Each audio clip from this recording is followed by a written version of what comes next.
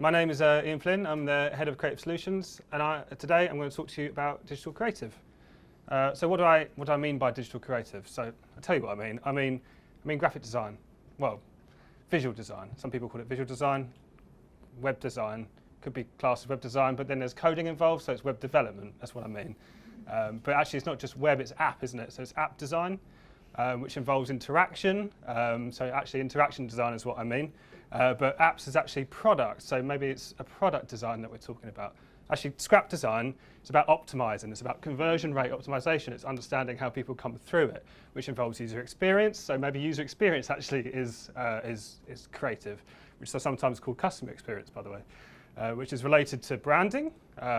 It's a big thing, and obviously, well, actually, creative is advertising as well. So, okay, so basically, it's all of those things, which makes my job role a visual, graphic, web brand, interaction, product, advertising, app conversion, user and customer experience designer, developer, optimizer. Doesn't really roll off the tongue very well. So for now, I'm going to call it digital creative, which is all of those things smashed into one thing. And I think it is a trend nowadays. There's lots of terminologies that are coming around. Things like UX, things like conversion rate optimization, which obviously have different disciplines. But ultimately, we're trying to achieve the same thing. And in the context of this presentation, digital creative basically means the end point. It means where your customer interacts with your brand. So that could be through a phone, it could be through a watch, it could be on an email. It's that end point that we're talking about. A long time ago, in a galaxy far, far away, creative resided on these bad boys. But not just magazines, obviously lots of different types of print. I, for one, owned one of these, one of those. Loads of that. And I think the digital pinnacle was that. Just seeing people shiver a little bit when I see that. And I admit it was probably about 10 years ago when I had owned all those things and used them religiously. And I used to love the kind of allure of things going to press and litho printers and smelling the print, all that kind of stuff. But I think it's undeniable now that life is very different. And the things that we're designing for are very different, as you can see here. And one thing that I've learned when working with companies in an agency is this methodology and this way of working with creative in general is still a little dated in some aspects. And people still think in a print mentality. And I'm going to explore a few of these to kind of try and explain my point. Firstly, the brochure website. It's in the name, really, isn't it? Brochure.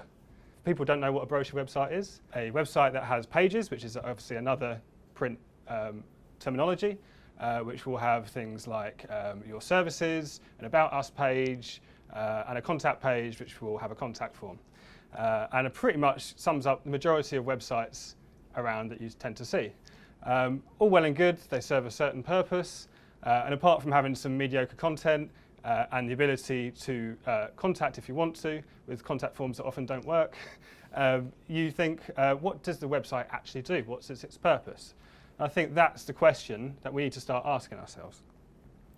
So what do I mean by things that actually do? So this is an example we've done for Chibo, where it's predominantly a content piece where we want to try and help people understand what a coffee picker is right for them. So they can choose how many people they want to cater for, what milk they want, and Chibo will say, well, you want this one, this is more suitable to your needs. It could have been really easy for us to put that into pages and just to put reams and reams of text, and the person has to try and decipher what they want and then go to a contact form and say, I want this. But what we're trying to do is make it very easy for them and actually get them to do something, which I think is something that a lot of people tend to miss. And it's going back to my previous point about apps and products. Websites and apps are all becoming one thing, and it's also ultimately a product. And you should be designing your experience as something that you do as opposed to how something looks. This applies to advertising as well. So you can see, obviously, billboards still exist, and they will exist for a while yet. But why be constrained to one frame which has a photo and one headline, where you can, within display and rich media, you can actually do stuff with it, and you can actually play around with it, see the content, see which one's suitable for you. Obviously this combined with programmatic which is more tailored to your needs, means it's very powerful because you've actually gone out of your standard browsing experience, found something that's of interest to you, and you start interacting with it. And I think that's far more powerful than just seeing a static ad, which you're likely to miss on a street corner or whatever. And it's such a thing that a lot of business models are actually basing themselves on the digital spectrum. So Monzo is a perfect example. It's a bank that is built for your smartphone. So you can go in and do everything you need to do very instantly on your smartphone. Don't really need to talk to anyone. It's all there for you in one click. And although a lot of businesses are a long way off getting to this point, I think eventually we all need to think at this as the end goal, because ultimately users want something quickly and instantly. At the moment it's apps and phones, and they need to be able to do that instantly. So us as creatives, we need to stop thinking ourselves as the people that are putting the veneer on the front, but we're actually thinking about us in regards to building the product.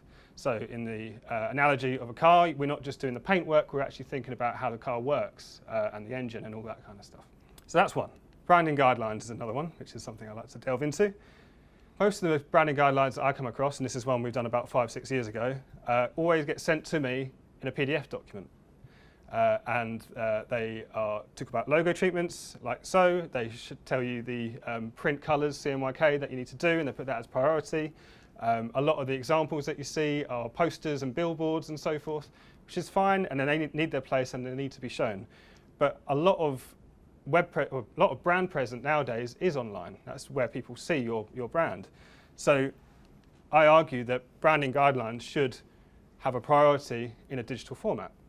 So this is MailChimp's UX style guide, which shows you things like typography. It shows you different buttons, and it also shows you how this relates to a CSS HTML format. So it's actually much more about the digital and how it all ties in together. Another example is Google's material design, which is actually more of a language than anything. They've gone a step further, but they deal with things like color in the aspect of digital, and interestingly motion, which shows you how they perceive their brand in regards to motion. So how certain things animate, how when something clicks, how it comes up and so forth. That can't be done within a PDF. It has to be done through something like this. Favorite of mine, the sign-off process.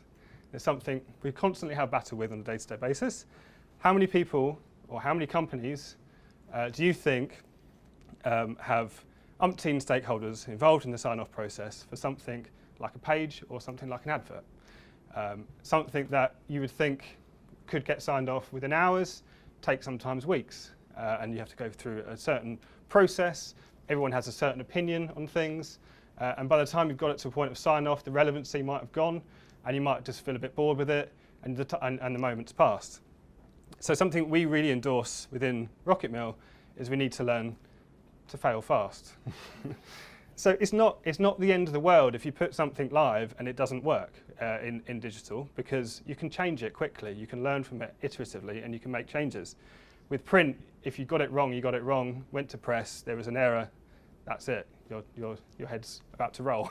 But with digital, you've got things like Hotjar, you've got split testing, you've got all these different ways, user recordings, to understand how a user perceives your creative.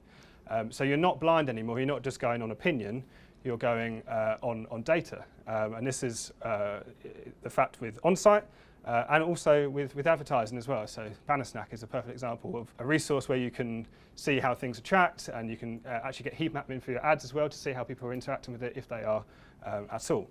So hopefully that should stop you from being afraid to sign off the process. I just really wanted to get that photo in because it's hilarious. Lastly, distribution. So we've all been used to within the kind of print industry that what we tend to do is get lots of different magazines that appeal to lots of different people, that have lots of advertising involved, which have lots of products in, and the kind of route to you getting a conversion to your advert is that you would have to hope that someone would buy the magazine, see your advert, and then go do the right thing and actually buy it. And you wouldn't actually necessarily know that that advert has had the attribution of you purchasing the product. So there's a lot of investment there, and there's a lot of risk that it won't work. Nowadays, it's almost gone back the other way, so you're focusing on people. So programmatic searches for people that are likely to like the product that you want. So it's reversing things, but we still like to think from a creative perspective in a blanket approach. And this is not just happening for programmatic and adverts, it's happening on site as well. So there's lots of different tools like Optimizely X, where what happens is they look at your location. For example, if you're in Canada, they'll maybe put the banner as a coat, or if you're a certain demographic, or even the behaviour of how you're going on site. So if you click on a scarf and you like the look of it, you go back to home, the whole site is changed to be suitable to scarves. I know it's quite crude because it seems a bit weird having a scarf as a homepage, but I think it's a good example of how that your website learns about the behaviour that you do. And I think I can see this going a step further. So the way programmatic works, and you can start to see cookies and have a lot of understanding of who you are before you even get onto websites. They might know about you already, so they can start to tailor the design and the content to you before you've even landed. Which poses an interesting question for creative: is static single creative that we've been used to so long and a page that looks lovely might be a thing of the past. And actually every time someone lands on a site, it's going to be personalised to them. So you might not ever get one creative for all people. It changes per person, which I think is a fascinating way of thinking. So a bit of a recap. I think if you're a company, you need to ask yourself, what does your website do? You need to ask yourself, is your brand digitally sound? Do you do a test and learn approach? Or are you taking ages to sign things off and essentially costing you guys money? Is your creative personalised? So are you doing it too broad, or are you trying to get to the right people at the right places? And if you're working with a creative agency, or you are a creative agency, I think you need to start asking yourself those questions, and if you're equipped to do that from a process perspective. If you're a budding digital designer, you need to understand if you've got the right skill sets to do all these things.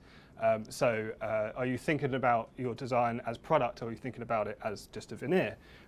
Do you have coding ability? Do you understand how things work? Because I think nowadays it's becoming a prerequisite. And just to finish, I'm going to give you a little bit of context of how far we've come in 10 years since the days of print, like I showed you earlier. iPhone 1 was launched. Windows Vista was launched. The browser of choice was Internet Explorer 7. And just to show you how creative it has evolved, Facebook looked like that. So if you think in 10 years that we've come from that to where we are now, how far can we go in the next 10 years? That's it.